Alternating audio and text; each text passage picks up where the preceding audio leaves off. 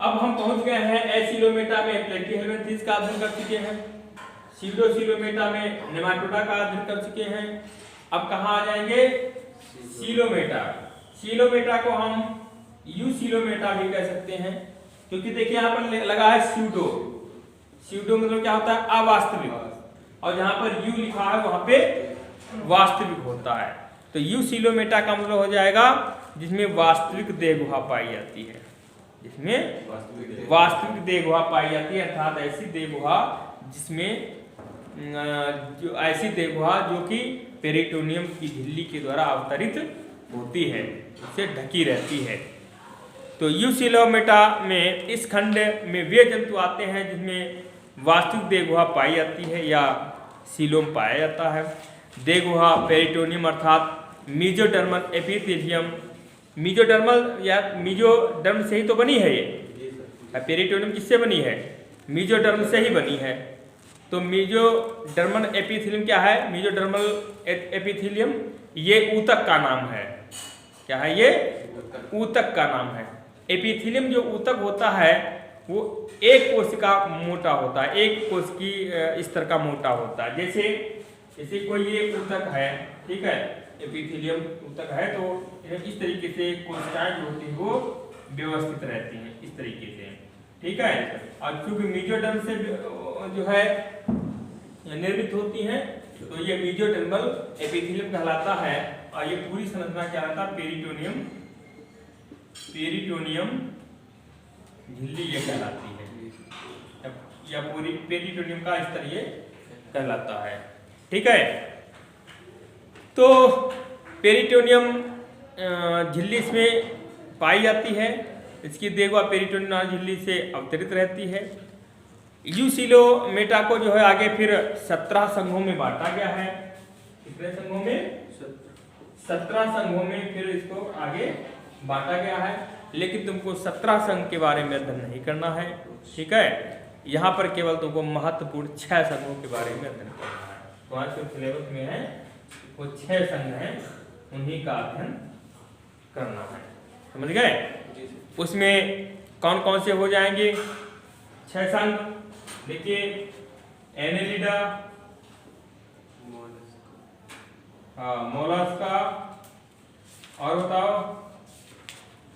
Chordata,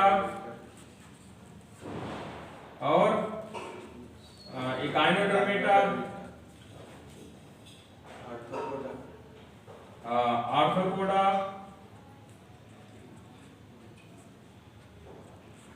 एक और रह गया कौन सा? हेमिकार्डेटा। ये तो एक्स्ट्रा था, और कौन सा है? देखो, हेमिकार्डेटा। 6 संघ हो गए।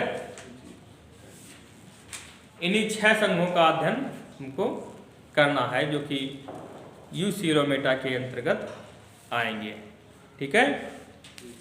तो संघ एनेलिडा, जिसका प्रतिनिधित्व करने वाला जीव कौन है? हाँ, केचुआ, ठीक है। संघ एनेलिडा का प्रतिनिधित्व करने वाला जो है जंतु केचुआ है। केचुआ का आगे विस्तृत अध्ययन भी करेंगे। क्योंकि केचुआ जो है पूर्ण रूप से एनेलिडा में पाए जाने वाले जितने भी लक्षण हैं वो केचुआ में पूर्ण रूप से वो लक्षण पाए जाते हैं, इसीलिए जो है केचुआ का ही अध्ययन यहाँ पे किया जाएगा। अब देखते हैं संघ एनेलिडा के लक्षण क्या है। एनेलिडा शब्द की उत्पत्ति जो है एनुलस, एनुलस मीन्स होता है वलय। एनुलस क्या होता है? वलय। और एडस मीन्स होता है रूप, वलयाकार रूप। क्या होता है? एनेलिडा, ठीक है, या एनेलिडस इसको बोलते हैं। वलयाकार जिसमें रूप पाए जाते हैं, अर्थात इसके खंड, वलया मतलब खंड, वलय गोलाकार, ठीक है। तो इनमें इस प्रकार से खंड पाए जाते हैं। एक खंड ये हो गया, तरीके से एक खंड ये हो गया है, ये अलग अलग है। इनमें खंड पाया जाता है, अर्थात इनमें वास्तविक विखंडन होता है। इनमें वास्तविक विखंडन होता है, इसीलिए केचुए में जो विखंडन होता है उसको बोलते हैं मेटामेरिक विखंडन। क्या कहते हैं? मेटामेरिक विखंडन। ठीक है, अर्थात जिस केचुए, दो केचुआ ले लीजिए, जिस खंड में जो अंग इस ए केचुए में पाया जाता है, अब बी केचुआ ले लीजिए तो उसी खंड में, बी केचुए में भी उसी खंड में वही अंग पाया जाएगा। ठीक है, तो देखिए इस संघ के जंतु वास्तविक क्रम कहलाते हैं। लगभग 10,000 इसकी जातियां जो है एनेलिडा संघ की ज्ञात हैं। इनके शरीर लंबे रंभाकार होते हैं और मेटामेयर्स इसमें पाए जाते हैं। इनके विखंडों को क्या कहते हैं? मेटामेयर्स कहते हैं। जैसे खंड होते हैं इनको क्या कहते हैं? मेटामेयर्स कहते हैं। इनमें वास्तविक देह गुहा होती है। तो वास्तविक देह गुहा तो होगी ही, क्योंकि कहाँ पे चल रहे हैं? यूसिलोमेटा में चल रहे हैं। तो वास्तविक देह गुहा इसमें पाई जाती है। बाह्य खंडन के साथ साथ इनकी देह गुहा भी जो है बटी होती है। मतलब बाहर से तो खंड मालूम पड़ते हैं और अंदर भी इनके खंड पाए जाते हैं। तो इनकी देह गुहा भी जो है साथ में अनुप्रस्थ पट्टियों के द्वारा बटी होती है। इनको हम पट बोलते हैं। ये क्या है? ये पट है। इन पटों के द्वारा इनकी देह गुहा भी बटी रहती है।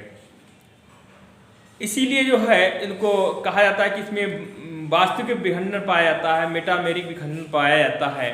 ठीक है, और इसमें प्रचलन के लिए उपचर्म में उपांग लगे होते हैं, जिनको बोलते हैं सीटी। क्या कहते हैं इनको? सीटी कहा जाता है। जैसे केचुआ में प्रचलन अंग क्या है? सीटी है। तो हाँ, इस संघ के जंतु जो होते हैं वो जलीय भी होते हैं, स्थलीय भी होते हैं। ठीक है, सामान्यतः बिल में अथवा नलिकाएं बना करके, ठीक है, बनाकर रहने वाले ये जंतु होते हैं। शरीर क्रमरूपी होता है। क्रमरूपी जो अभी बताए थे, धागे के समान जो है बेलनाकार लंबा शरीर। त्रिस्तरीय होता है। त्रिस्तरीय मतलब क्या हो जाएगा? इसमें मीजोडर्म पाया था, मीजोडर्म किसमें परिवर्तित हो गई है? आंतरांगों में परिवर्तित हो गई है। ठीक है, त्रिस्तरीय अर्थात इसमें ट्रिप्लोब्लास्टिक जो है इनका शरीर होता है। और द्विपार्श्व सममितीय होते हैं। तो द्विपार्श्व सममित तो होंगे ही, क्योंकि हम यहाँ पे चल रहे हैं, इसी की शाखा ये है। तो इनका शरीर कैसा होता है? द्विपार्श्व सममित होता है। और एक खास चीज होता है कि ये प्रोटोस्टोमी होते हैं। हमने बताया था पहले प्रोटोस्टोमी और ड्यूटेरोस्टोमी, यहाँ पे बताया था। यूमेटा जो आपको दो भागों में बांटा गया है, प्रोटोस्टोमी और ड्यूटेरोस्टोमी। प्रोटोस्टोमी क्या बताए थे? भ्रूण विकास के समय, जिसमें प्रो मीन्स प्रथम, ठीक है, और स्टोम मीन्स मुख, जिसमें प्रथम मुख बनता है। भ्रूण विकास के समय जिसमें प्रथम मुख बनता है, ऐसे जंतु को प्रोटोस्टोमी कहा गया। ठीक है, तो ये प्रोटोस्टोमी होते हैं एनेलिडा संघ के जंतु। देह भित्ति पेशी युक्त होती है, मस्कुलर होती है। ठीक है, पेशियां इसमें पाई जाती है देह भित्ति में। इसमें सरल तथा संयुक्त सीटी पाई जाती है। इसको सूक बोलते हैं, क्योंकि ये प्रचलन अंग है। शरीर के अगले सिरे पर अधर की ओर मुख होता है, पिछले सिरे पृष्ठ की ओर गुदा होती है। ये तो यहीं पे क्लियर हो गया था। कहाँ पे? यूमेटा जो है स्पष्ट अंग, शरीर गठन ऊतकी और अंग स्तरीय होता है। ठीक है, शरीर गठन ऊतकी और अंग स्तरीय होता है। तो यूमेटा जो है सही क्लियर हो गया था। तो इसीलिए यहाँ पर बताया कि शरीर के अगले सिरे पर मुख होता है, पिछले सिरे पर गुदा होती है। आहार नाल सीधी होती है। आहार नाल कैसी होती है? सीधी होती है, जो कि मुख से ये प्रारंभ होती है और गुदा पर इसका समापन होता है। श्वसन के लिए, अब देखिए श्वसन के लिए इनके पास क्या व्यवस्थाएं होती हैं? इनकी त्वचा हर समय गीली रहती है, लसलसी रहती है, तो उसमें त्वचीय श्वसन पाया जाता है। ठीक है, केचुआ को रख लीजिए, तो केचुआ में त्वचीय श्वसन होता है, क्योंकि देखा होगा इनकी त्वचा उसमें गिली रहती है, नमी युक्त रहती है। तो श्वसन गीली त्वचा द्वारा होता है। उत्सर्जन जो होता है वो कुंडलित वृक्कों के द्वारा होता है, जिसको हम नेफ्रीडिया बोलते हैं। क्या कहते हैं? नेफ्रीडिया। अब देखिए उत्सर्जन जो अभी बताए थे, उत्सर्जन क्या है? अनावश्यक बेकार के पदार्थों को शरीर से बाहर निकालने की क्रिया को उत्सर्जन कहते हैं। ठीक है, तो इसमें उत्सर्जन के लिए क्या व्यवस्था होती है? नेफ्रीडिया होती है। शरीर में जो है रुधिर परिवहन भी पाया जाता है, लेकिन ये ध्यान देना है, रुधिर परिवहन तंत्र जो होता है इनका बंद प्रकार का होता है। कैसा होता है? बंद प्रकार का होता है। अब देखिए बंद प्रकार का रुधिर परिवहन तंत्र होता है, इसका मतलब दूसरा कैसा होगा? खुले प्रकार का होगा। अब बंद प्रकार का रुधिर परिवहन तंत्र किसे कहेंगे? रुधिर परिवहन तंत्र इसमें बंद प्रकार का किसे कहेंगे? जिसमें रुधिर धमनी और शिराओं में बहता है, धमनी और शिराओं में बहता है, तो उसमें रुधिर परिसंचरण कैसा कहा जाएगा? बंद प्रकार का रुधिर परिसंचरण कहा जाएगा। जैसे हमारे शरीर में है, रुधिर किसमें बहता है? धमनी और शिराओं में बहता है। केंचुए में भी धमनी और शिराओं में रुधिर बहता है, तो इसीलिए उनका भी रुधिर परिवहन तंत्र जो है कैसा है? बंद प्रकार का होता है। तो खुले प्रकार का भी किसी में पाया जाएगा? खुले प्रकार का किसमें होता है? जिसमें रुधिर जो होता है वो धमनी शिराओं में ना बह करके कहाँ बहता है? सीधे देहगुहा में बहता है, सीधे बॉडी में देहगुहा में ही ब्लड बहता है। ठीक है, जिसे आर्थ्रोपोडा संघ के जो जंतु हैं उसमें खुले प्रकार का रुधिर परिवहन तंत्र पाया जाता है। ठीक है, तो ये दोनों बातें क्लियर हो गई कि बंद प्रकार का रुधिर परिवहन तंत्र मतलब धमनी और शिराओं में बहता है, और खुले प्रकार में क्या होता है? देह गुहाओं में जो है रुधिर बहता है। तंत्रिका तंत्र में वलयाकार होता है, तंत्रिका वलय पाया जाता है, तंत्रिका रंध्र भी पाया जाता है। ये प्राणी एक लिंगी होते हैं, उभयलिंगी भी होते हैं। ठीक है, ये प्राणी मतलब एनेलिडा संघ के प्राणी एक लिंगी भी हो सकते हैं, उभयलिंगी अर्थात द्विलिंगी भी हो सकते हैं, उभयलिंगी भी हो सकते हैं। भ्रूण परिवर्धन प्राय सीधा होता है। अब देखिए इसमें थोड़ा मेन सेंटेंस है, भ्रूण परिवर्धन सीधा होता है। देखिए भ्रूण का परिवर्धन अगर शरीर के अंदर होता है, ठीक है, भ्रूण का परिवर्धन अगर शरीर के अंदर होता है तो उसको बोलते हैं इनडायरेक्ट एम्ब्रियो डेवलपमेंट। ठीक है, कैसा? इनडायरेक्ट, अप्रत्यक्ष जिसको बोलते हैं। और इसमें सीधा भ्रूण परिवर्धन और शरीर के बाहर भ्रूण परिवर्धन होता है। जैसे अंडे के अंदर भ्रूण बनता है तो शरीर के अंदर थोड़े बनता है, शरीर के बाहर अंडा निकल जाता है तब भ्रूण का विकास होता है, जैसे चिड़िया में।